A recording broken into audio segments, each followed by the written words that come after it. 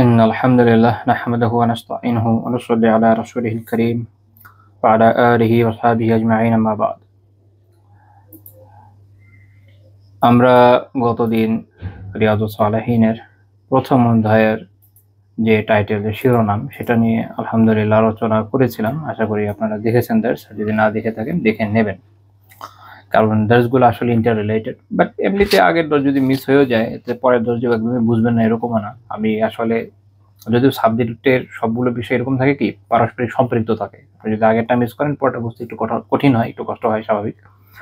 আমি ইউজুয়ালি চেষ্টা করি সবসময় যে প্রত্যেকটা দার্সকে সেপারেটলি নেওয়ার জন্য। এর একটা বেনিফিট আছে, সেটা হচ্ছে যে যদি কেউ হঠাৎ করে পরের দর্শে এসে পড়ে তার পক্ষে বোঝা সহজ হবে, আশা করা যায় ইনশাআল্লাহ তাআলা। যাই হোক, তো আমরা মূল অধ্যায়টা নিয়ে আলোচনা করেছি। আজকে আমরা খুব বেশি দূর আর আগাবো না। আমরা যেটা করব সেটা হচ্ছে অধ্যায়ের শুরুতে ইমাম নাওয়াবী রাহিমাহুল্লাহ তাআলা ৩টা আয়াত উল্লেখ করেছেন। আপনাদের খেয়াল আছে যে রিয়াদুস সালেহিনের ভূমিকা আমরা ব্যাখ্যা করেছিলাম, সেখানে আমরা আলোচনা করেছি যে ইমাম নাওয়াবী রাহিমাহুল্লাহ তাআলা রিয়াদুস সালেহিনকে একটা ভিন্ন আঙ্গিকে সাজিয়েছেন, অন্যান্য হাদিসের কিতাবগুলোর মতো নয়। অন্যান্য হাদিসের কিতাবগুলোতে সাধারণত অধ্যায় হাদিস দিয়েই শুরু হয়, কিন্তু ইমাম নাওয়াবী রাহিমাহুল্লাহ তাআলা তার প্রত্যেকটা অধ্যায় শুরু করেছেন আয়াত দিয়ে, এবং তারপরে সেই বিষয়ের সাথে প্রাসঙ্গিক হাদিস নিয়ে আলোচনা করেছেন। তো আমাদের যে অধ্যায় বাবুল ইখলাস, এই অধ্যায়ে ইখলাস বিষয়ক যে অধ্যায়, আমরা পিছনের দার্সে ইখলাস এবং নিয়াত নিয়ে আলোচনা করেছি আলহামদুলিল্লাহ। তো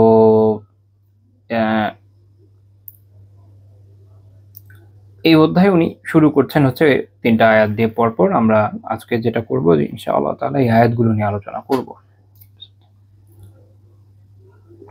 আলহামদুলিল্লাহ। তো তিনি প্রথমে বলছেন যে ক্বালাল্লাহু তাআলা, আল্লাহ তাআলার বাণী, অর্থাৎ শুরুই করছেন যে একটা আয়াত দিয়ে। এই আয়াত আমরা আমাদের মনে হয় প্রায় সবারই আলহামদুলিল্লাহ মুখস্থ আছে, যেহেতু জুজামার আয়াত, সূরা বাইয়িনাতের ৫ নম্বর আয়াত। আল্লাহ তাআলা বলছেন ওয়ামা উমিরু ইল্লা লিয়াবুদুল্লাহা মুখলিসিনা লাহুদ-দ্বীন হুনাফাআ ওয়া ইউকিমুস সালাতা ওয়া ইউতুজ যাকাতা ওয়া যালিকা দীনুল কাইয়্যিমাহ। আল্লাহ তাআলা বলছেন ওয়ামা উমিরু ইল্লা লিয়াবুদুল্লাহা মুখলিসিনা লাহুদ-দ্বীন হুনাফা, যে তাদেরকে বলতে যেমন জালালাইন আছে যে ফি কিতাবিহিম আত-তাওরাহ ওয়াল ইনজিল, অর্থাৎ পূর্বতন যারা ইসলামের ধারক ও বাহক ছিল, পূর্বতন যারা ইসলামের ধারক ও বাহক ছিল। বলছি না যে যারা ইহুদি বা খ্রিস্টান, এরা কেউ ইসলামের ধারক ও বাহক নয়, বরং সবসময় ইসলামের ধারক ও বাহক মুসলিমরা। যখন মূসা আলাইহিস সালাতু সালামের শরিয়াত ছিল, সেই শরিয়াতে যারা অনুগামী মুসলিমরা ছিলেন,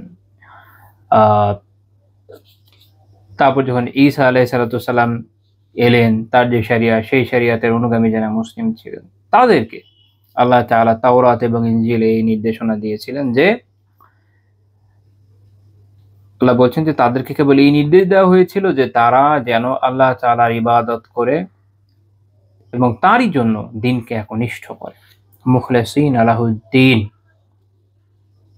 আল্লাহ তাআলার জন্য দ্বীনকে একনিষ্ঠ করে নেয়, খালিস ভাবে দ্বীনকে শুধুই আল্লাহ তাআলার জন্য করে নেয়। অর্থাৎ দ্বীনের মধ্যে অন্য কাউকে অনুপ্রবেশ করানোর সুযোগ আল্লাহ তাআলা এখানে দেন নাই। মুখলিসিনা লাহুদ-দ্বীন ইয়ানি মিনাশ শিরক, অর্থাৎ শিরক থেকে তাকে একনিষ্ঠ করা, পবিত্র করা, শিরক মুক্ত করা। অর্থাৎ আল্লাহ তাআলার নির্দেশনা ছিল পূর্বের যারা ইসলামের অনুগামী ছিলেন তাদের জন্য তাওরাতে এবং ইনজিলে, যে তারা যেন দ্বীনকে একনিষ্ঠ করে নেয় আল্লাহ তাআলার জন্য শিরক মুক্ত ভাবে। সেটা সকল ধরনের শিরকের অন্তর্ভুক্ত, সেটা বাহ্যিক শিরক, কোনো মূর্তি পূজা হতে পারে, দোয়ার মাধ্যমে শিরক হতে পারে, মহাব্বতে শিরক হতে পারে, বহু ধরনের শিরক হতে পারে। যদিও এটার মধ্যে আত্মিক শিরক চলে আসলে হিসাবে, বাট এগুলোর প্রকাশ আছে, মহাব্বতের চোটাই দেখা যায় যে মানুষ বীর পূজা করে,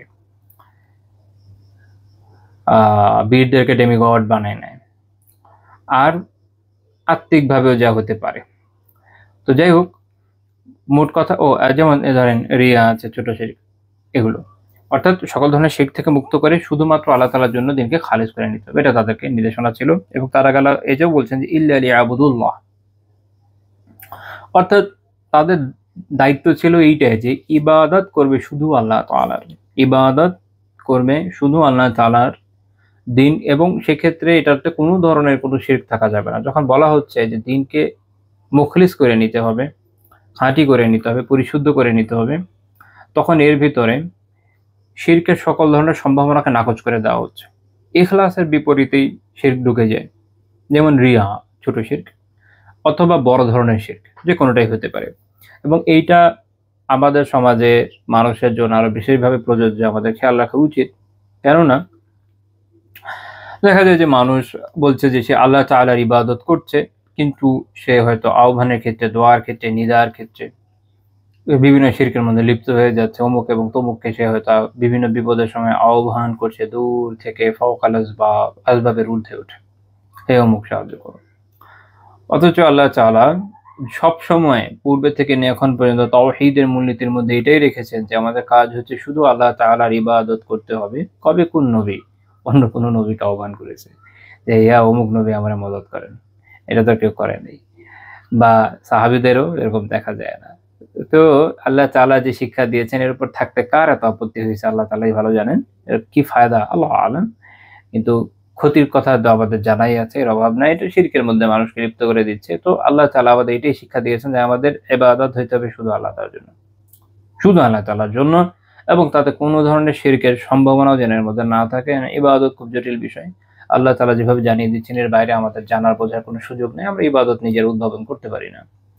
যদি করাই যেত তো আল্লাহ তাআলা নবী রাসূলদের প্রেরণ করতেন না। প্রেরণ করার উদ্দেশ্য হচ্ছে এটাই, মানুষকে জানানো যে ইবাদত কিভাবে করতে হয়। কারণ আল্লাহ তাআলার সাথে আমাদের সরাসরি ওভাবে কোনো সংযোগ তো নাই। আমরা তো সরাসরি ওনার সাথে একটা হচ্ছে আমরা দোয়া করতে পারি, তিনি শোনেন, আমরা জানি তিনি সর্বশ্রোতা, সর্বদ্রষ্টা, কিন্তু তিনি আমাদেরকে কি বলছেন এটা আমাদের জানার উপায় নেই। তিনি সরাসরি বান্দাদের সাথে এভাবে যোগাযোগ করেন না, এটা তার সামনের খেলাফ। তো এজ এ রেজাল্ট আমাদের পক্ষে তো জানা সম্ভব না।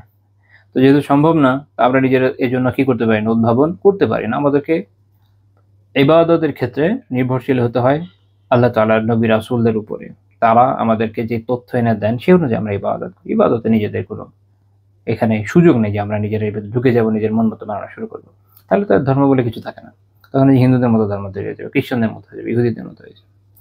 তো এটা আল্লাহ তাআলার নির্দেশনা। এই যে ইখলাসের সাথে ইবাদতকে আল্লাহ তাআলার জন্য খালিস করে নেওয়া, এটা হচ্ছে আমাদের এই অধ্যায়ের সাথে সম্পৃক্ত বিষয়। অর্থাৎ আমাদের ইবাদত হইতে হবে কি শুধুমাত্র আল্লাহ তাআলার জন্য মুখলিস ভাবে, ইখলাসের সাথে একদম পরিপূর্ণ পরিশুদ্ধভাবে শুধু আল্লাহ তাআলার জন্য, শিরক থেকে, রিয়া থেকে, এগুলো থেকে মুক্ত করে।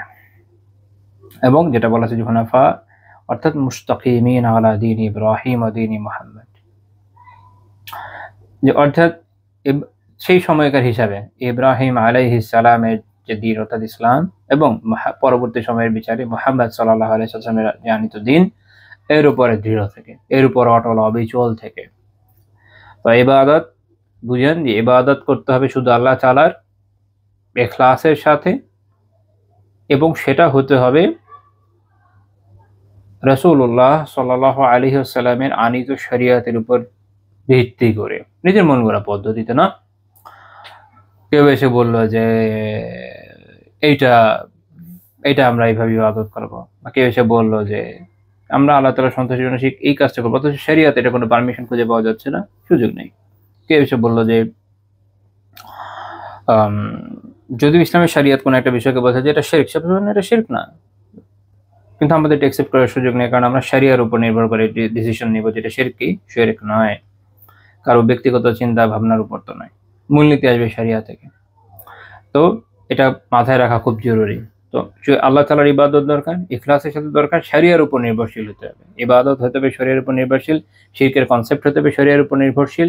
একই রকম ভাবে ইখলাস কি জিনিস সেটাও বুঝতে হবে শরিয়াতের উপর নির্ভর করে। কারণ আপনি যদি মানুষের চিন্তা ভাবনার উপর ছেড়ে দেন, যুগে যুগে মানুষের যেটা হবে জ্ঞান এরকম বিভিন্ন দিকে যেতে থাকবে, মানুষ নতুন নতুন চিন্তা বের করবে এবং বিচিত্র বিচিত্র কথা নিয়ে তারা আবির্ভূত হবে, এবং এক পর্যায়ে আপনি দেখবেন যে মূল দিনকে আপনি চিনতে সক্ষম হচ্ছেন না। তো এই জন্য আমাদের এই জিনিসটা বুঝতে হয় কি দিয়ে, সালাফের বুঝ দিয়ে, যে সালাফে সালাহিন কিভাবে বুঝেছেন সে অনুযায়ী আমরা আগাবো। এরপরে যেটা বলেছেন আল্লাহ তাআলা যে এর সাথে সম্পৃক্ত আসলে এই বিষয় না, কারণ এরপর ওয়াও আছে যা এর মাধ্যমে আগের সাথে পরের অংশকে সম্পৃক্ত করে দিচ্ছে যে ওয়াইয়ুকিমুস সালাহ, তাদেরকে এই আদেশও দেওয়া হচ্ছে তারা সালাত কায়েম করবে। তার মানে কেউ এসে বলছে যে সে ইয়েকে, ইবাদতকে আল্লাহ তাআলার এই যে আল্লাহ তাআলা বলছেন যে তাকে শুধু তার ইবাদত করে, এখানে তাওহীদে উলুহিয়ার কথা চলে আসছে, অর্থাৎ ইবাদতের ক্ষেত্রে আল্লাহ তাআলা একক উপযুক্ত সত্তা, আর কেউ ইবাদতের উপযুক্ত নয়। এটাকে তাওহীদুল ইবাদাও বলা হয়। দুইটা আলাদা আলাদা নাম হওয়ার কারণ হচ্ছে যে আল্লাহ তাআলা মাবুদ হিসেবে এক ও একক, এদিকে সম্পৃক্ত করে তখন বলা হয়েছে এটা হচ্ছে তাওহীদুল উলুহিয়া। আর তাওহীদুল ইবাদা তখন বলা হয় যে যখন এটা বান্দার ক্ষেত্রে সম্পৃক্ত করে, যে বান্দা শুধু আল্লাহ তাআলারই ইবাদত করবে, আর কারো ইবাদত করবে না, এই জন্য তাওহীদুল ইবাদা। এই দুইটা আলাদা নাম পাওয়া যায়, এটা কোনো সমস্যা না, মূল কনসেপ্ট একই। তো ইবাদত শুধু আল্লাহ তাআলার করতে হবে, তার সাথে ইখলাসের কথা আসছে। এরপর আল্লাহ তাআলা জানিয়ে দিয়েছেন যে ইবাদতগুলো কি কি, ওই ইকিমুস সালাহ, সে সালাত কায়েম করবে। সালাত কায়েম মানে পরিপূর্ণভাবে সালাতের নিয়ম নীতি অনুযায়ী সালাত আদায় করা, এটাই সালাত কায়েম।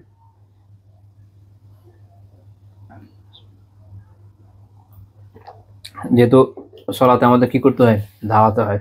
ক্ষমা মানে হচ্ছে সে দাঁড়ালো, সে দাঁড়িয়েছে। তো যেহেতু সালাতের মূল রকন হচ্ছে কি, যে মূল রকনগুলোর মধ্যে একটা কি, দাঁড়িয়ে আদায় করা, তাই না? তো সেই জন্য এই শব্দটা এখানে প্রয়োগ করা হয়, কামা ইউকিম। যাই হোক, ইউকিমুস সালাহ, যে তারা সালাত আদায় করবে নিয়ম নীতি অনুযায়ী, এবং ওয়াইতুজ যাকাত, তারা যাকাত আদায় করবে, যাকাত দান করবে, যাকাত আদায় করবে। ওয়াযালিকা দীনুল কাইয়্যিমাহ, এটাই হলো সঠিক দিন, সুদৃঢ় দিন। তার মানে এই যে পুরো প্যাকেজ, যে আপনি ইবাদত শুধু আল্লাহ তাআলার জন্য করবেন, ইখলাসের সাথে করবেন, শিরক মুক্ত হয়ে করবেন আল্লাহ তাআলার। শুরুতে আবার এটা বলছে উমা উমিরু, তারা এই বিষয়ে নির্দেশিত হয়েছিল, ইয়ানি আল্লাহ তাআলার নির্দেশ অনুযায়ী চলতে হবে। দেখেন এটাও কিন্তু গুরুত্বপূর্ণ বিষয়, এই একটা আয়াত থেকে আমরা এটাও শিখি আলহামদুলিল্লাহ। তো সেটা আমাদেরকে এই পর্যায়ে নিয়ে যাচ্ছে যে আমরা সালাত কায়েম করব, সালাত আদায় করব, যাকাত আদায় করব, এবং এটাই হলো সুদৃঢ় দিন। এমনি অন্যান্য ফরজ ইবাদতের কথা এখানে এই জন্য আসে নাই, আল্লাহ আলাম, যে যেমন হজ যেহেতু সবার উপর সবসময় ফরজ হয় না, এটা খুব গুটি কয়েক মানুষের উপরে তুলনামূলক ক্ষেত্রে ফরজ হয়ে থাকে, সেই তুলনায় যাকাত একটু বেশি মানুষের উপর ফরজ হয়। আর একটা বিষয় হচ্ছে যে যেমন সিয়াম, এটা আল্লাহ তাআলা এখানে আপাতত উল্লেখ করেনি। অধিকাংশ জায়গায় কোরআনে দেখবেন যে সালাত এবং যাকাতকে দুইটাকে খুব পাশাপাশি উল্লেখ করা হয়। সালাত মানুষের দৈহিক ইবাদতের মধ্যে সবচেয়ে গুরুত্ব রাখে, আর এরপরে আসা হচ্ছে কি আর্থিক ইবাদতের মধ্যে যাকাত আমাদের সাথে সবচেয়ে সম্পৃক্ত, এই জন্য দুইটা যেহেতু মোস্ট কমন হিসেবে আনা। তো আরো তো ফরজ আছে আমরা জানি, হজ আছে, তারপরে ধরেন সিয়াম আছে। তো যাই হোক, দৈহিক এবং আর্থিক এই দুইটা মোস্ট কমন ইবাদতকে সামনে রাখা হয়েছে, বাকিগুলো কভার হয়ে যাচ্ছে, মূল টপিকের ভিতর চলে আসে। কারণ মূল কথা এটাই যে ইবাদত করতে হবে শুধু আল্লাহ তাআলার খালিসভাবে, এবং এই ইবাদতগুলো আমাদের করতে হবে। তো এখান থেকে আমাদের এটাও বোঝা দরকার যে যারা মনে করেন যে মনের ইমান তো মাশাআল্লাহ আছে এবং ইমান তার কোনোভাবেই নষ্ট হচ্ছে না, সারা জীবন সালাত আদায় না করেও, তাদের শিক্ষা হওয়া উচিত, তাদের বোঝা উচিত যে আল্লাহ তাআলা বিষয়গুলোকে কিভাবে উল্লেখ করেছেন। কারণ বলছেন যে ওয়াযালিকা দীনুল কাইয়্যিমা, এটাই হচ্ছে সুদৃঢ় দিন, এটাই সঠিক দিন। তো এই দিনের উপর যদি আপনি বলেন যে আমি দিনের উপর আছি, তাহলে এটার প্রমাণ হলো এটাই যে আপনি সালাত আদায় করেন নিয়মিত 5 ওয়াক্ত, হ্যাঁ, সঠিকভাবে। একইভাবে আপনি অন্যান্য ফরজ ইবাদতগুলো করেন, ইখলাসের সাথে করেন, শিরক মুক্তভাবে করেন। যদি এইটা না হয়, যদি এইটা আপনি না করেন, তাহলে মনে রাখবেন যে আপনি তাহলে ওই যে দীনুল কাইয়্যিম বা যে সুদৃঢ় দিন আমাদের, যে সঠিক দিন আমাদের, এটার উপর আপনি আসলে নাই। কোরআন আসলে এমনভাবে বিষয়গুলোকে আলোচনা করেছে যে কেউ যদি নিজের নফসকে একপাশে না রেখে, পরে তো অন্য কথা, কিন্তু নফসানিয়াতকে এক সাইডে রেখে যদি খোলা মন নিয়ে পড়ে, হেদায়েতের নিয়ত নিয়ে পড়ে, তো ইনশাআল্লাহ তাআলা সে হেদায়েত পাবে। কোরআন এইভাবে বিষয়গুলোকে আলোচনা করে, বাকি ওইভাবে বোঝা দরকার। তো তাহলে আমরা এখানে যে ইখলাসের সাথে সম্পৃক্ত আলোচনাটা পেয়ে গেলাম। এখান থেকে একটা বিষয় প্রাসঙ্গ হিসাবে বলেও রাখেন, এখানে একটা উসুল আমাদের একটু শেখা যেতে পারে, সেটা হচ্ছে পূর্ববর্তী যে শরিয়াগুলা, হ্যাঁ, অর্থাৎ পূর্ববর্তী নবীরা যে শরিয়া নিয়ে এসেছেন, এটাকে বলা হয় শারউ মান ক্বাবলানা, আমাদের পূর্ববর্তী নবীদের যে শরিয়া। এক্ষেত্রে শরিয়াতে একটা উসুল আছে। দেখেন এখানে আল্লাহ তাআলা বলছেন যে ওয়ামা উমিরু, তাদেরকে এই নির্দেশ দেওয়া হয়েছিল, তাদেরকে শুধু এই নির্দেশ দেওয়া হয়েছিল, এবং এটা আল্লাহ তাআলা আমাদেরকে কনভে করে দিয়েছে। তো এটা এখানে শুধুমাত্র আকীদার কথাই কিন্তু নাই, এখানে দেখা যায় পরে ইবাদতের কথাও আছে, তাই না? তো এই কারণে আমাদের উসুলে ফিকহে একটা মূলনীতি আছে, সেটা হচ্ছে এই যে শারউ মান ক্বাবলানা মিনাল আম্বিয়া। ইমাম গাযালি রাহিমাহুল্লাহ তাআলা আল মুস্তাসফাতে বলছেন, আল মুস্তাসফা ওনার উসুলে ফিকহের কিতাব, শারউ মান ক্বাবলানা মিনাল আম্বিয়া ফীমা লাম ইউসাররিহ শারউনা বিনাসখি, যে আমাদের আগের যে এরকম শরিয়াগুলো, এগুলো মূলত আমাদের শরিয়াতে যেটা হয়, যেটা এটাকে গ্রহণ করা হয়। শর্ত হচ্ছে এটা যে যেগুলোকে সুস্পষ্টভাবে আমাদের শরিয়া মানসুখ করে দিয়েছে, রহিত করে দিয়েছে, সেগুলো ছাড়া।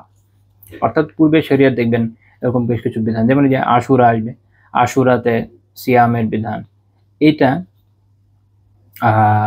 দেখবেন যে আগে বিভিন্ন হাদিস থেকে আমরা দেখি যে মদিনার ইয়েরা করতো, যারা বনু ইসরাইলিরা ছিল তারা করতো, তো সেটাকে একসেপ্ট করা হয়েছে। আর বেশ কিছু রেওয়ায়েত পাওয়া যায়। শর্ত হচ্ছে এইটা, যেটা আমাদের শরিয়া রহিত করবে না। যদি রহিত করা হয়ে থাকে আমাদের শরিয়াতে, তাহলে এটা অ্যাকসেপ্টেবল না। যেমন আগের শরিয়াতে এটা একটা বিধান ছিল যে তারা গনিমতের সম্পদ গ্রহণ করতে পারতো না, কিন্তু আমাদের শরিয়া এই বিধানকে রহিত করে দিয়েছে, আমাদের জন্য গনিমতের সম্পদ হালাল। এরকম অনেক মাসালা আছে যেগুলো আগের শরিয়াতে যেটা ছিল, আমাদের শরিয়াতে এগুলোকে কোনো টাকা হালাল করা হয়েছে, কোনো টাকা হারাম করা হয়েছে। অর্থাৎ আমাদের শরিয়াতে যদি সুস্পষ্টভাবে কোরআন এবং হাদিস থেকে আমরা জানি যে এই বিধানটা অ্যাপ্লিকেবল নাই, আমাদের শরিয়াতে এর ভিন্ন বিধান অ্যাপ্লিকেবল, তাহলে আমরা এটার উপর আমল করব না। যেমন ইউসুফ আলাইহিস সালামের ঘটনা আপনারা জানেন, সূরা ইউসুফে আছে যে তাকে যে তার ভাইয়েরা সিজদা করেছিল, এটা ওনাদের শরিয়াতে বৈধ ছিল, আমাদের শরিয়াতে বৈধ নেই। সিম্পল, যেহেতু বৈধ করা হয় নাই আমাদের শরিয়াতে, তাই বিধান রহিত হয়ে গেছে। আপনারা সূরা কাহাফে দেখবেন, সূরা কাহাফে ওখানে এটা বিভিন্ন বর্ণনায় আছে যে ওখানকার ইয়েরা যারা ওই সময়কার যারা খ্রিস্টানরা, তারা ওই আসহাবে কাহাফের গুহার সামনে একটা বড় মসজিদ তারা নির্মাণ করেছিল তাদের হিসাবে। এটা আমাদের শরিয়াতে কবরের উপরে এরকম ব্যক্তিদের উপরে নির্মাণের সুযোগ নেই, রহিত হয়ে গেছে। এরকম অনেকগুলো মাসালা আপনারা পাবেন যেগুলো রহিত হয়ে গেছে। তাহলে মূল কথা হচ্ছে এইটা।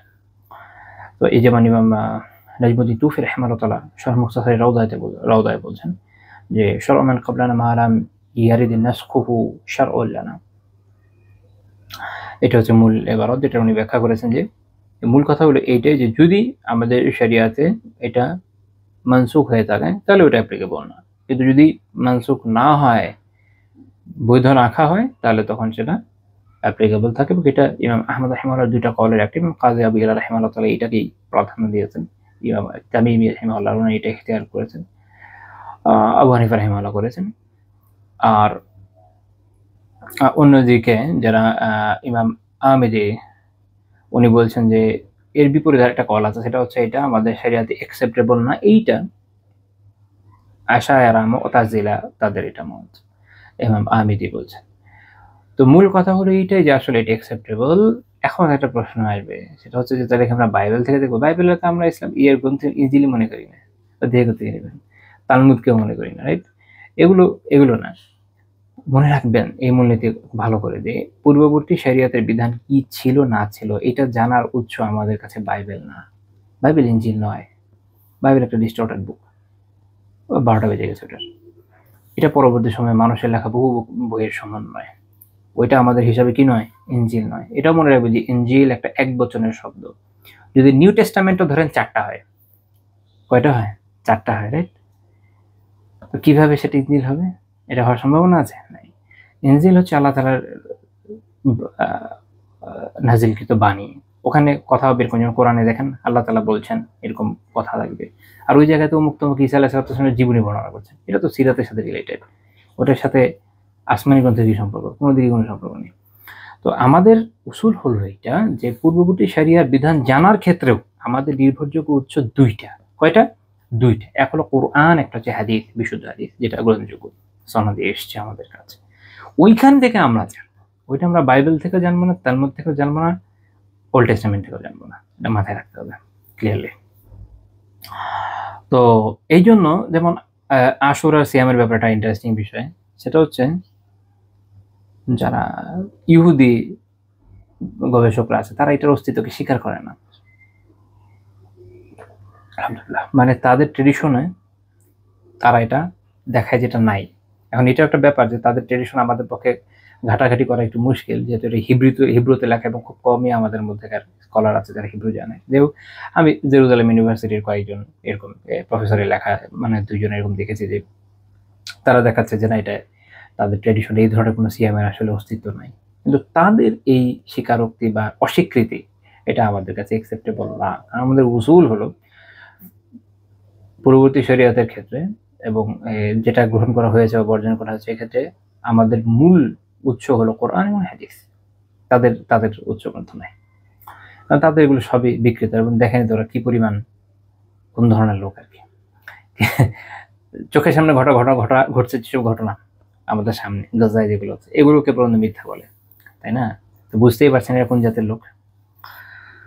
তো আর অন্যদিকে আমাদের হাদিস আলহামদুলিল্লাহ, কোরআন তো আছেই, হাদিস আলহামদুলিল্লাহ খুব চমৎকার ভাবে সনদের মাধ্যমে, লেখার মাধ্যমে সংরক্ষিত, কোনো এদিক ওদিক নেই। তো কাজে আমাদের এটা হচ্ছে নির্ভরযোগ্য, তাদের এটা না। আমাদের উৎস বলছে যে ছিল, তারা এটার উপর আমল করেছে, আল্লাহ রাসূলটাকে অ্যাকসেপ্ট করেছে, আমাদের উপরে জারি করে দিয়েছেন, বাস শেষ কথা। ঠিক আছে, এই পয়েন্ট যদি ক্লিয়ার থাকে তাহলে ওই যে বাংলাদেশে এসে ইসাই মুসলিম বানানোর বিভিন্ন পিকুলার দাওয়াত দেয়, কারো যদি ইসলামী আকীদা সম্পর্কে ভালো জ্ঞান থাকে, কেন আকীদা গুরুত্বপূর্ণ, ইসলামী আকীদা সম্পর্কে যদি আপনার ভালো জ্ঞান থাকে, আপনি জানেন যে ও আপনাকে যে জিনিসের দাওয়াত দিচ্ছে, যে জিনিস আপনার কাছে নিয়ে এসে, সেটা সেই জিনিস না যেটা ইসলাম কথা বলে। ইসলাম যেটার কথা বলেছে, যে ইনজিলের কথা বলেছে, এটা বাইবেল, এটা না।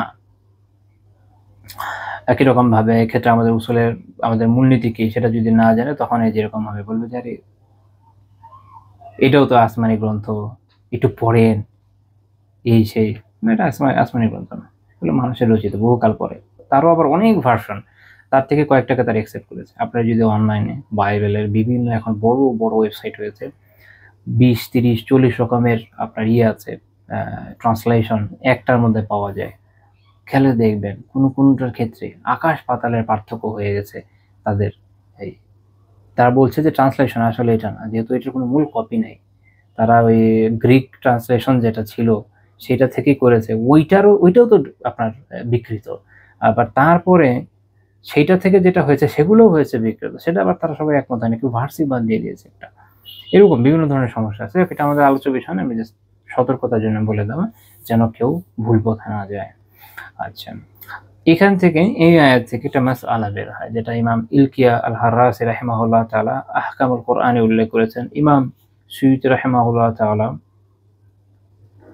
তিনিও উল্লেখ করেছেন। সেটা হচ্ছে এইটা, এই হাদিস, এই আয়াত, এটা আমাদের জানায় যে আদুল্লু আলা উজুবিন নিয়াতি ফিল ইবাদাত, এইটা আমাদেরকে এইটা প্রমাণ করছে, এইটা দালালাত করছে যে ইবাদতের মধ্যে নিয়ত থাকা ওয়াজিব, ইবাদতের মধ্যে নিয়ত থাকা ওয়াজিব। লিআন্না ইখলাস আমালুল কলবি, কারণ ইখলাস তো আসলে অন্তরের একটা আমল। এটা কিসের আমল? অন্তরের আমল। আমল দুই রকমের বলতে পারেন, একটা হচ্ছে অঙ্গ প্রত্যঙ্গের আমল, আরেকটা কি আছে? অন্তরের আমল। অন্তরের আমল নামে শেখ সালিহ আল মুনাজ্জিদ হাফিজাহুল্লাহ তাআলার একটা খুব সুন্দর কিতাব আছে, আমালুল কুলুব নামে একটা কিতাব, ওইটার বাংলা অনুবাদ হয়েছে, পড়ে দেখতে পারেন, খুবই সুন্দর, আমার খুব ভালো লেগেছে দেখে পড়ে। তো তিনি বলছেন, ইমাম ইলকি হাররাসি রাহিমাহুল্লাহ তাআলা বলছেন যে তাহলে ইখলাস হচ্ছে অন্তরের আমল। হ্যাঁ, এটা মনে রাখতে হবে, মূলত অঙ্গ প্রত্যঙ্গের আমল না। কিসের আমল?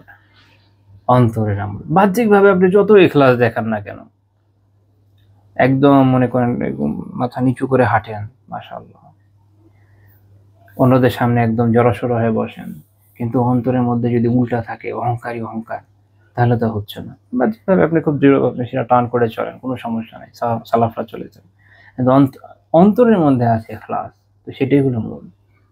ইখলাস থাকতে হয় কোথায়? অন্তরে। আর সেটা কি উনি বলছেন, ওয়াহুয়া আইয়ুরিদা ওয়াজহাল্লাহি তাআলা বিল আমাল, অর্থাৎ আমলের মাধ্যমে আল্লাহ তাআলার সন্তুষ্টি অন্বেষণ করা, ওইটাই হচ্ছে ইখলাস। আমলের মাধ্যমে আল্লাহ তাআলার সন্তুষ্টিকে অন্বেষণ করতে হবে। অর্থাৎ আপনি যখন একটা আমল করছেন যেখানে আপনার নিয়ত থাকা তো ওয়াজিব, আপনি সলাত আদায় করছেন, নিয়ত করছেন যে এই সলাত আদায় করছেন, নিয়ত ডিফারেন্সিয়েট করে, রাইট? যেমন ফজরে 2 রাকাত 2 রাকাত, এখন কোনটা সুন্নাহ কোনটা ফরজ পার্থক্য করার উপায় কি? নিয়ত। যখন আপনি একা পড়ছেন, মনে করেন আপনি মুনফারিদ একা পড়ছেন, দুইটার ডিফারেন্সিয়েশনের উপায় কি? নিয়ত। তাহলে একই রকম লাগে বাইরে থেকে দেখতে, পার্থক্য করে দিচ্ছে কে? নিয়ত। তো নিয়ত জরুরি এবং ইখলাস জরুরি। এবং সেই ইখলাস কি?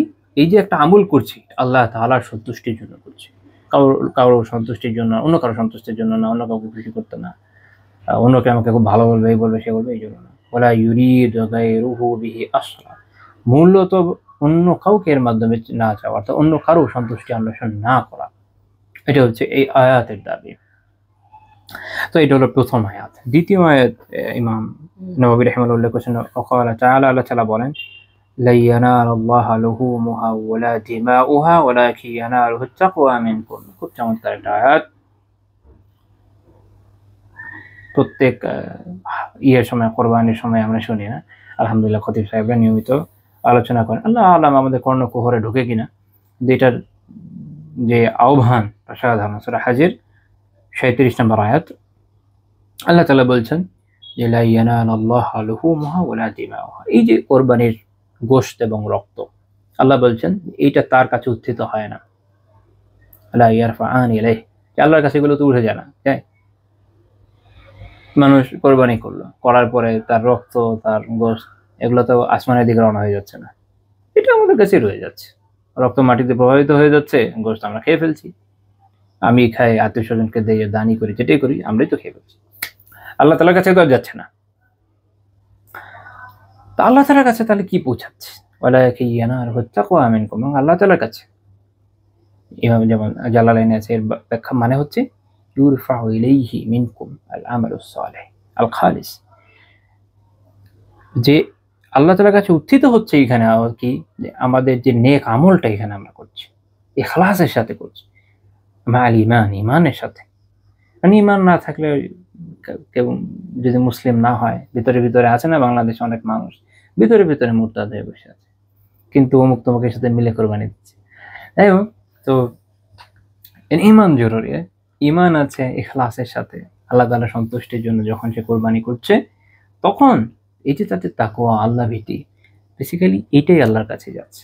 কারণ আমরা জানি অন্য আয়াত থেকে যে নেক আমল আল্লাহর কাছে উত্থিত হয়, তো নেক আমল আল্লাহ তাআলার কাছে যায় যদি ইখলাসের সাথে করা হয়, তখন তার মানে ইখলাস জরুরি। প্রত্যেকটা আমলে যে নিয়ত, ইখলাস জরুরি, যেটা এই অধ্যায়ের যে কথাটা, এই অধ্যায়ের মূল কথা যেটা এখানে আছে। আবার যেমন বলা হচ্ছে কি, আল্লাহ তাআলা কি বলছেন যে পৌঁছাচ্ছে কি, ইয়ানালুহু তাকওয়া মিনকুম, তোমাদের যে তাকওয়া সেটা পৌঁছাচ্ছে আল্লাহ তাআলার কাছে। তো তাকওয়া, আল্লাহ ভীতি, এটা কোথায় আছে আসলে? এটা কোথাকার জায়গা? অন্তরে থাকার জিনিস। তাকওয়া তো আমি হাতে নিয়ে ঘুরে বেড়াচ্ছি না, তাই না? তাকওয়া থাকছে কোথায়? বেসিক্যালি অন্তরের বিষয়। এবং তাকওয়ার সাথে সম্পৃক্ত হচ্ছে নিয়ত, তাকওয়ার সাথে সম্পৃক্ত হচ্ছে ইখলাস। যার মধ্যে তাকওয়া আছে, আল্লাহ ভীতি আছে, সে কি রিয়া করবে? যার মধ্যে আল্লাহ ভীতি আছে সে তো মুখলিসই হবে, ইখলাসের উপরে থাকবে। তাহলে ইখলাস আর তাকওয়ার মধ্যে ওতপ্রোত সম্পর্ক, এই জন্য এই আয়াতটা উনি এখানে নিয়ে আসছেন। এই আয়াতের শানে নুজুল তো বুঝেন যে অর্থাৎ কি কারণে আয়াত নাজিল হলো। এটা ইন্টারেস্টিং ঘটনা আছে। ইবনে কাসির রাহিমাহুল্লাহ তাআলা, ইবনে জুরাইজ রাহিমাহুল্লাহ তাআলা থেকে বর্ণনা করেছেন যে আহলুল জাহিলিয়া, যারা জাহিলি যুগে যারা ছিল, তো এরাও ওই সময় কিন্তু কোরবানি করতো। আপনারা সিরাত পড়লে দেখবেন যে বর্ণনা কিছু আছে, জাহিলিয়াতে মক্কাবাসী ওরাও কোরবানি একরকম করতো। তো করে তারা যেটা করতো, যেহেতু এটা ইব্রাহিম আলাইহিস সালাতু সালামের সুন্নাত, এটাই তিনি করেছেন, তো এটা পরবর্তী যুগে এটা চালু ছিল আরবে। তারা কোরবানি করার পরে এই যে উটের মাংস, রক্ত, এটা নিয়ে এটা ছিটাতে হচ্ছে কাবার মধ্যে, ছিটাতে। তো ইসলাম আসার পরে একসময় সাহাবীরা এরকম মনে করলেন যে নাহনু আহাক্কু আন নানদহা, সেই হিসাবে তো আমরা এর বেশি হকদার যে আমরা এটা ছিটাবো। তো তখন আল্লাহ তাআলা এই আয়াত নাযিল করলেন, ছিটানোর কোনো দরকার নেই, বরং যেটা দরকার সেটা হচ্ছে তাকওয়া। যদি আপনি আল্লাহ তাআলার সন্তুষ্টির জন্য সঠিকভাবে কোরবানি করেন, হালাল উপার্জন দিয়ে করেন, যা শর্ত শারাত আছে এগুলো পালন করে করেন, তো এটাই যথেষ্ট। আল্লাহ তাআলা এটাই কবুল করেন। দেখেন একটা আমলের ক্ষেত্রে দেখেন, যে আপনি আপনার টাকা দিয়ে একটা গরু কোরবানি দিচ্ছেন, ছাগল দিচ্ছেন, উট দিচ্ছেন, যেটাই দেন, এইটার মানে পুরো উপভোগকারী মূলত তো আপনি। মাংস সব আপনার কাছে রয়ে যাচ্ছে, বেনিফিট আপনার। কিন্তু যদি ইখলাস থাকে, এটা আল্লাহর কাছে অনেক বড় আমল। সব আমার কাছেই রয়ে যাচ্ছে, কিন্তু আমি সওয়াবও পাচ্ছি, সুবহানাল্লাহ। কেন? ইখলাস এবং নিয়তের উপস্থিতি, তাকওয়া থাকা। বিপরীত ক্রমে আপনি যদি ধরেন ১০০ কোটি টাকাও দান করে দেন, আরো বেশি দিলেন, বিলিয়ন দিলেন, ঈমান নাই, আখিরাতে কোনো বেনিফিট এনে দিবে না। ইখলাস নাই, ঈমান আছে, মুমিন মানুষ, আল্লাহকে বিশ্বাস করে, রাসূলকে বিশ্বাস করে, ঈমানের বিষয়গুলো বিশ্বাস করে, মাশাআল্লাহ। কিন্তু ইখলাস নাই, রিয়া আছে, লোক দেখানোর প্রবণতা। মানুষ বড় দানবীর বলবে, সামনে ইলেকশনে দাঁড়াবো, ভোট দরকার, ১০০ কোটি দিচ্ছি, পরে ১০,০০০ কোটি এমনি কামাই ফেলবো ১ বছরের মধ্যে, সমস্যা নাই, এই জন্য দিচ্ছে। দেখেন এত বড় দান, তার নিজের কাছে কিছু থাকছে না, সব চলে যাচ্ছে, আল্লাহর কাছে কোনো ভ্যালু নাই। ইখলাস জরুরি, নিয়তের উপস্থিতি জরুরি, আর ইখলাস জরুরি, এটা বোঝা দরকার আমাদের। ইখলাস অনেক ছোট আমলকেও আল্লাহ তাআলার কাছে অনেক বড় করে দেয়, অনেক সওয়াবের অধিকারী করে। আর ইখলাস না থাকা অনেক বড় আমলকে ধ্বংস করে দেয়। আলহামদুলিল্লাহ। এরপরে তৃতীয় যে আয়াতটি তিনি উল্লেখ করেছেন, وقال تعالى, আল্লাহ তাআলা বলেন, قل إن تخفوا ما في صدوركم أو تبدوه يعلمه الله, তোমরা তোমাদের অন্তরে যা গোপন রাখো বা যা প্রকাশ করো, আল্লাহ তাআলা তা জানেন। এটা সূরা আলে ইমরানের 29 নম্বর আয়াত। আয়াতটা আরো বড়, আল্লাহ তাআলা এরপরে বলছেন যে ওয়া ইয়ালামু মা ফিস সামাওয়াতি ওয়া মা ফিল আরদ, আসমান সমূহে জমিনে যা আছে আল্লাহ সব জানেন। আল্লাহু আলা কুল্লি শাইইন কাদির, আল্লাহ তাআলা সব বিষয়ে ক্ষমতাবান। তো এই যে প্রথম যে অংশটা, এটা হচ্ছে এখানে মানে এই অধ্যায়ের সাথে সম্পৃক্ত, এই কারণে ইমাম নাওয়াবী রাহিমাহুল্লাহ শুধু প্রথম অংশটা সিলেক্টিভলি উল্লেখ করেছেন। আল্লাহ তাআলা বলেছেন ইন তুখফু মা ফি সুদুরিকুম। এখানে একটা ব্যাপার যে এখানে ইন হচ্ছে ইন শারতিয়া, যেটা শর্ত দেয় আরবি গ্রামারে। এরপরে বলা আছে যে তুখফু, যা তোমরা গোপন করে, যেটা হচ্ছে ফেলে শর্ত, এই শর্তকে যে ফেল বাকি ক্রিয়া উল্লেখ করছে, আর তার জবাব আল্লাহ তাআলা এরপরে দিচ্ছেন যে ইয়া আলামুল্লাহ, অর্থাৎ যাই তোমরা গোপন করো না কেন বা যাই তোমরা প্রকাশ করো না কেন, তোমাদের অন্তরে যা আছে, যা তোমরা বাইরে প্রকাশ করছো, মনে রাখো আল্লাহ তাআলা শুরু করেছেন কুল, এটা তাদেরকে বলে দেন, ইয়া আলামুল্লাহ, আল্লাহ তাআলা তার সবই জানেন। অর্থাৎ আমার অন্তরে কি আছে আল্লাহ জানেন। মানে ইখলাস, এই যে অন্তরের বিষয় আল্লাহ এটা জানেন। এটা আমাদেরকে চিৎকার করে বলা লাগে না। এমনও হয় অনেক সময় যে আমরা একটা কাজ করছি, আমি নিজেই কনফিউজড যে আমার আসলে ইখলাস ছিল কি ছিল না, আল্লাহ জানেন। আমি না জানতে পারি, হয়তো মনের মধ্যে মাত্র উদয় হয়ে চলে গেছে, আল্লাহ তাআলা জানেন।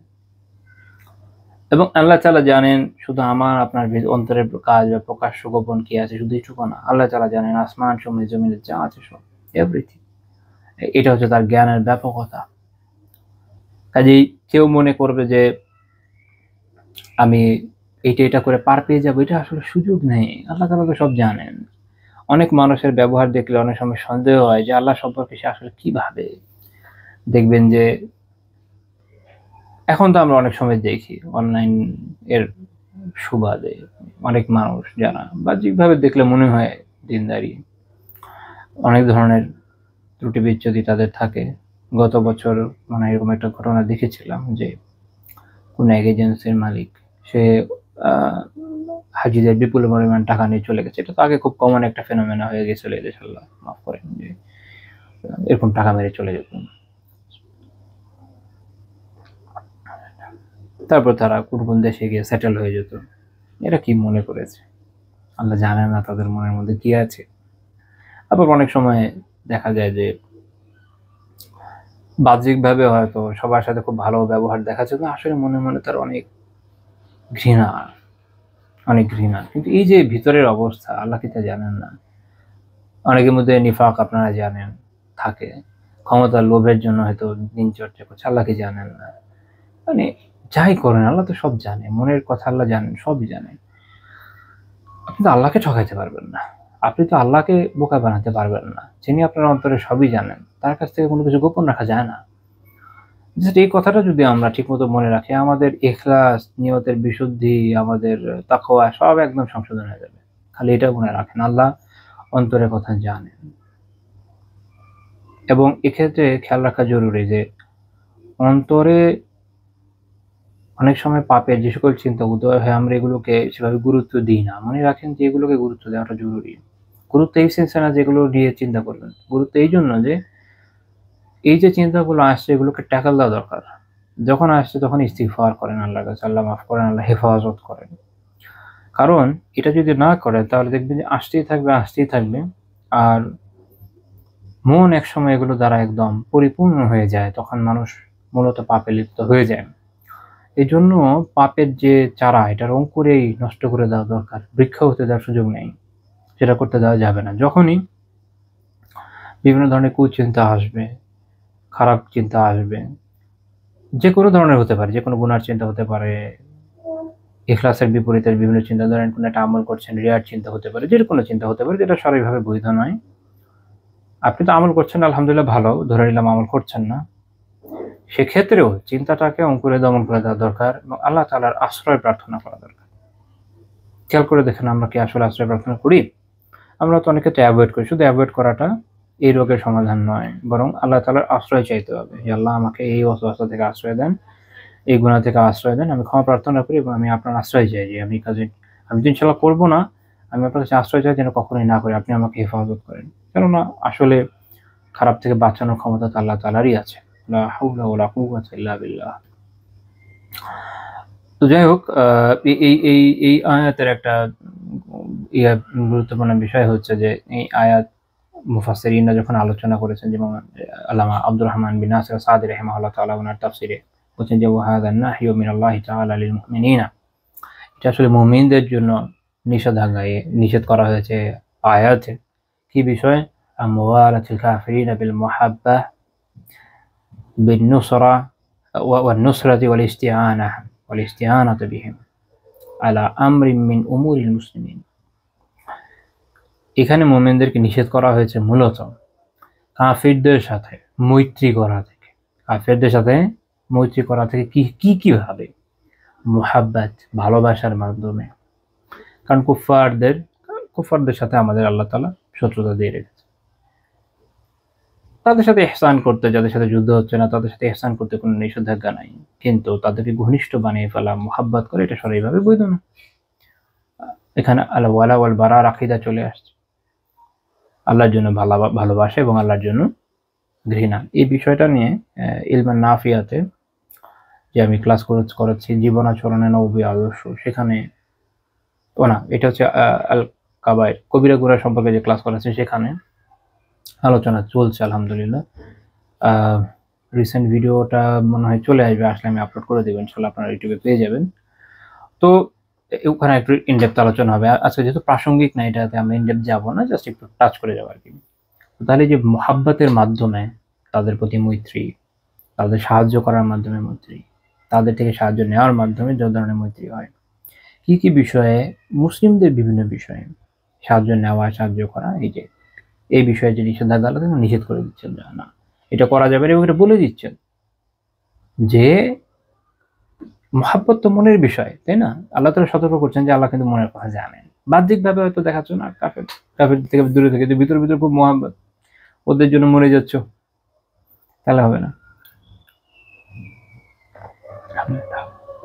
আল্লাহ তাআলা ওখানে এটা নিষেধ করে দিচ্ছে। আল্লাহ তাআলা সূরা আলে ইমরানের 5 নম্বর আয়াতে এই বিষয়ে উল্লেখ করেছেন যে ইন্নাল্লাহা লা ইয়াখফা আলাইহি শাইউন ফিল আরদি ওয়ালা ফিস সামা, আসমান এবং জমিনে কোনো কিছু আল্লাহ তাআলার কাছে গোপন থাকে না। তো এখানে আল্লাহ তাআলার একটা আমাদের কাছে একটা আকীদার বিষয়ও চলে আসে, সেটা কি? এটা হচ্ছে আল্লাহ তাআলার ইলম, সিফাতুল ইলম। আল্লাহ তাআলার ইলম রয়েছে, আল্লাহ তাআলা জ্ঞানী, সর্বজ্ঞানী, সর্বাধিক জ্ঞানী। ইমাম তাহবী রাহিমাহুল্লাহ তাআলা বলছেন তার আকীদাতুত তাহাবীর মতনে যে খালাকাল খালকা বিইলমিহি, আল্লাহ তাআলা তার জ্ঞান দ্বারা সৃষ্টি করেছেন, ওয়াকদ্দারা লাহুম আকদারা, এবং তাদের জন্য তাকদীর নির্ধারণ করেছেন। ওয়ালাম ইয়াখফা আলাইহি শাইউন ক্বাবলা আন ইয়াখলুকাহুম, এবং তাদের সৃষ্টি করার আগেই কোনো কিছু তার কাছে গোপন নাই, আল্লাহ তাআলা সব জানেন। ও আলিমা মা হুম আমিলুনা ক্বাবলা আন ইয়াখলুকাহুম, এবং তারা কি আমল করবে সৃষ্টি করার আগে থেকে আল্লাহ তাআলা সব জানেন। এটা হচ্ছে আল্লাহ তাআলার জ্ঞানের পরিপূর্ণতা, যেটা আমাদের আকীদা। আল্লাহ তাআলা সব আগে থেকেই জানেন। যেমন সুনান তিরমিজি 2156 নম্বর হাদিসে রাসূলুল্লাহ সাল্লাল্লাহু আলাইহি ওয়াসাল্লাম বলছেন যে কদ্দারাল্লাহুল মাকাদির ক্বাবলা আন ইয়াখলুকাস সামাওয়াতি ওয়াল আরদ বি50,000 সানাহ। আল্লাহ তাআলা আসমান সমূহ এবং জমি সৃষ্টির 50,000 বছর আগেই এই মাখলুকের যে তাকদীর, এটা নির্ধারণ করে রেখেছেন। ইমাম তিরমিজি রাহিমাহুল্লাহ হাদিসকে হাসান সহিহ গারীব বলেছেন, শেখ আলবানী রাহিমাহুল্লাহ সহিহ বলেছেন। তো এটা আল্লাহ তাআলার জ্ঞান আছে, অনাদি অনন্ত জ্ঞান, আগে থেকে, আগে যা হয়েছে, হচ্ছে, হবে। কারণ আল্লাহ তাআলার কাছে অতীত বর্তমান ভবিষ্যৎ বলে কিছু নেই, আল্লাহ তাআলা সব জানেন। এই যে আমাদের টাইম ফ্রেম, এটা তো আসলে আমরা জানি না, বিগ ব্যাং থেকে যে মাত্রাগুলোর উদ্ভব হয়েছে, তার মধ্যে একটা হচ্ছে কি সময়। এটা সৃষ্টি জগতের বিষয়, আল্লাহ তাআলা সময়ের ঊর্ধ্বে, তার কাছে এগুলো পরিষ্কার। আমাদের অনাদি অনন্তের সকল জ্ঞান আল্লাহ তাআলার কাছে পরিষ্কার, তিনি জানেন, সে অনুযায়ী তিনি তাকদীর লিখে রেখেছেন এবং আমাদেরকে ইচ্ছার স্বাধীনতা দিয়েছেন, আমলের স্বাধীনতা দিয়েছেন। বান্দা আমল করেন, আল্লাহ তাআলা যা নির্ধারণ করেছেন আমরা তার বাইরে যেতে পারি না, কিন্তু আমাদের দায়িত্ব হচ্ছে আমল করা। বিকজ কি নির্ধারণ করেছেন আমরা জানি না, আমাদের কাজ হচ্ছে তিনি কি করা, আমল করে যাওয়া। তো এই জন্য আমাদের এই সমন্বয় জরুরি। যাই হোক, ওটা আমাদের আলোচ্য বিষয় না, তো এই বিষয়ে আলোচনা সামনে ইনশাআল্লাহ আসবে, মানে মূল আমাদের কিতাবে এক সময় আসবে, তখন আমরা এটা নিয়ে পরে আবার দেখবো। কিন্তু আমাদের এইটার সাথে, আমাদের অধ্যায়ের সাথে সম্পৃক্ত বিষয় হচ্ছে এই যে আল্লাহ তাআলা অন্তরের গোপন বিষয়ে জানেন, এবং আমরা যদি ইখলাস অবলম্বন না করি, দুনিয়ার সবাইকে হয়তো আমরা ধোঁকা দিতে পারি, আল্লাহ তাআলাকে দিতে পারবো না, তিনি জানেন। এবং সেই অনুযায়ী দেখা যাবে কিয়ামতের দিন আমাদের সব আমল হয়তো বাতিল হয়ে যেতে পারে। বিশাল বড় আমলনামা নিয়ে হাজির হলাম, ইখলাস ছিল না, আল্লাহ বাতিল করে দিলেন, তখন আমাদের কি পরিণতি হবে? তো এটাই সতর্ক করে দেওয়ার উদ্দেশ্য, যে আমরা যেন আমাদের অন্তরকে পরিশুদ্ধ রাখি, পরিষ্কার রাখি, আল্লাহ তাআলার জন্য খালিস রাখি, শুধু তার জন্য ইবাদত করি, আমল শুধু তার জন্যই হয়, এবং প্রত্যেক আমলে আমাদের নিয়তের উপস্থিতি থাকে। আল্লাহ তাআলা আমাদের কথাগুলো বোঝার এবং আমলের তৌফিক দান করুন, ভুল ত্রুটিগুলোকে মাফ করুন। সুবহানাকাল্লাহুম্মা বিহামদিকা লা ইলাহা ইল্লা আনতা আস্তাগফিরুকা ওয়া আতুবু ইলাইক।